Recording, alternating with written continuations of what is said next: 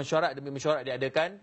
Kita nak terus kepada rakan wartawan di lapangan Hasimi Muhammad yang berada di Menara Dato' On WTC.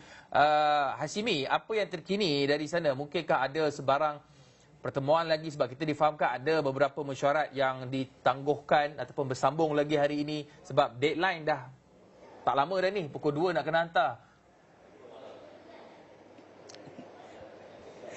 Baik, terima kasih Hakim dan Gigi. Betul, kita masih lagi cuba akan terus membawakan perkembangan terkini khususnya untuk di Menara Dato' On ni, Ibu Pejabat UMNO Malaysia akan terus menjadi tumpuan pengamal media. Sebelum kita melihat kepada situasi untuk pagi ini, Hakim, sebenarnya kita tahu bahawa telah pun hampir memasuki hari ketiga yang kita masih lagi tanda tanya siapakah yang akan membentuk kerajaan, apakah akan ada jajaran politik baru untuk membentuk kerajaan persekutuan. Sebelum saya ceritakan gambaran di sini, saya nak ceritakan pukul 6 pagi tadi saya bergerak, Hakim. Kita singgah di stesen minyak. Mungkin mereka tengok saya pakai baju awal ni, diorang tanyakan, agak-agak siapa yang akan bentuk kerajaan, PN ke PH? Itu soalan yang dilontarkan oleh segelintir yang ada di stesen minyak. Ini menandakan bahawa rakyat yang telah jutaan mengundi pada 19 November ini perlu tahu jawapan segera. Siapakah, apakah yang akan terjadi hari ini, apakah akan ada satu kata putus yang akan mengutamatkan ataupun noktahkan siapakah yang akan terbentuk, dan itu perlu dijawab dengan segera, di mana Istana Negara telah pun melanjutkan tempoh untuk ketua ataupun gabungan menghantar SD sehingga pukul 2 petang ini, dan itu mungkin noktahnya 2 petang garis masa yang akan kita melihat kepada keputusan.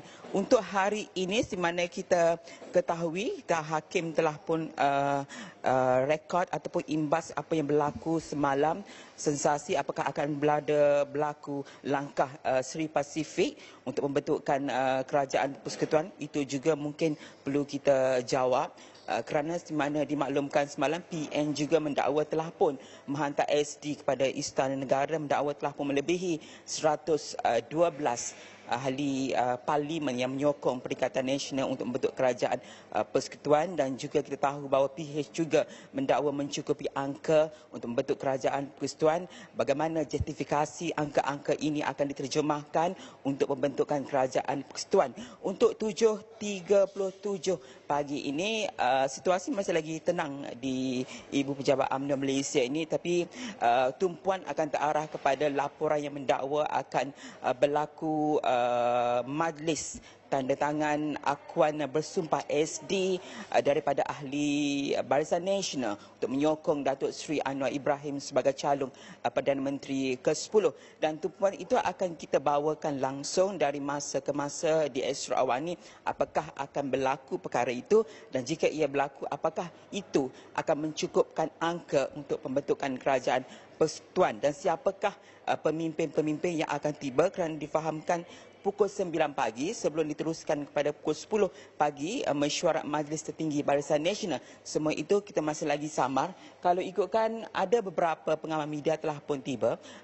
daripada stesen televisyen tempatan dan juga antarabangsa yang akan terus membawakan perkembangan tersebut, dan kita di sini akan ikut rapat kalau ada kelibat pemimpin yang telah pun akan tiba di sini. Kita akan maklumkan dari masa ke masa, Hakim, dan semuanya di Astro Awani nanti, Hakim. Hasimi, kalau ikutkan dapatan ataupun mungkin tinjauan cakap-cakap politik dengar-dengarnya ni, dalam 30 ahli Parlimen Barisan Nasional ni, ada berapa kem dah pecahannya?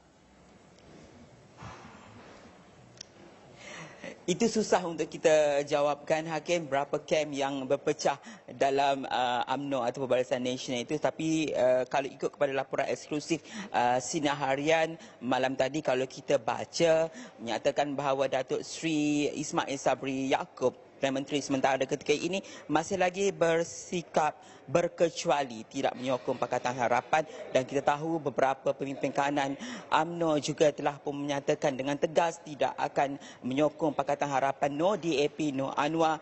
Jadi kita melihat kepada ini berlaku ada beberapa kem yang telah pun tidak bersetuju dengan pendirian dakwaan, bahawa khususnya tumpuan kepada Presiden UMNO Datuk Seri Zahid Hamidi yang mengatakan akan membentuk kerjasama dengan PH. Apakah ini akan termeterai hari ini? Apakah kem-kem itu akan diterjemahkan? Adakah akan ada susulan kenyataan-kenyataan yang lebih sensasi kita lihat, khususnya daripada pemimpin-pemimpin UMNO itu menjurus kepada gesaan satu adalah untuk Datuk Seri Zahid Hamidi itu meletak jawatan. Apakah juga penerimaan BN ataupun UMNO itu untuk bergabung dengan PH, pendirian tolak DAP, tolak Anwar itu akan kekal. Semuanya ini masih lagi samar. Kita hanya menjangkakan mungkin ada beberapa ken yang ketika ini berpecah dalam kalangan UMNO ataupun BN itu sendiri, Hakim. Baik, terima kasih Hasimi Mohamad langsung dari Menara Dato' On WTC World Trade Center.